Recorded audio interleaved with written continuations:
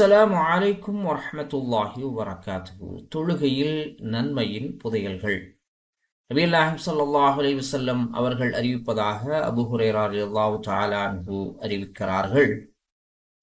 கலிமத்தானி ஹஃபீஃபத்தானி அலல் லிசானி ஸகீலத்தானி ஃபில் மீஸானி ஹபீபத்தானி இலர் ரஹ்மானி சுப்ஹானல்லாஹி வ பிஹம்திஹி சுப்ஹானல்லாஹில் அஸீம்.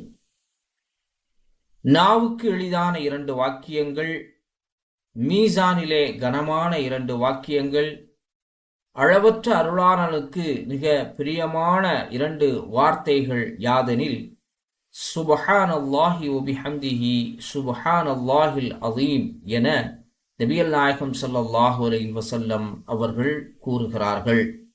இது புகாரி முஸ்லிமிலே இடம்பெற்றிருக்கக்கூடிய ஹதீஸ் ஆகும். மேலும் நபிகள் நாயகம் ஸல்லல்லாஹு அலைஹி வஸல்லம் அவர்கள் அறிவிப்பதாக சம்ரத் இப்னு ஜுந்துப் ரலியல்லாஹு தஆலா அன்ஹு அறிவிக்கிறார்கள். அஹப்புல் கலாமி இலல்லாஹ் அர்பஅன் சுப்ஹானல்லாஹ் வல்ஹம்துலில்லாஹ் வலா இலாஹ இல்லல்லாஹ் வல்லாஹு அக்பர் லா யதுர்ருக் பிஅய்யிஹின்ன பதஅத. அதாவது நபிகள் நாயகம் ஸல்லல்லாஹு அலைஹி வஸல்லம் அவர்கள் கூறுகிறார்கள், அல்லாஹ்விற்கு மிகவும் விருப்பமான வார்த்தைகள் நான்காகும்.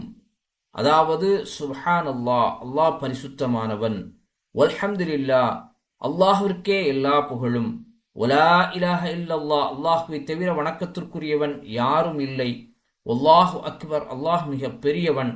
இந்த வார்த்தைகளில் எதை ஒருவர் முதலில் சொல்லி அவரை அல்லாஹ்வை புகழ்ந்தாலும் அதிலே எந்த குற்றமும் இல்லை என்று சொல்லி நபிகள் நாயகம் ஸல்லல்லாஹு அலைஹி வஸல்லம் அவர்கள் கூறுகிறார்கள்.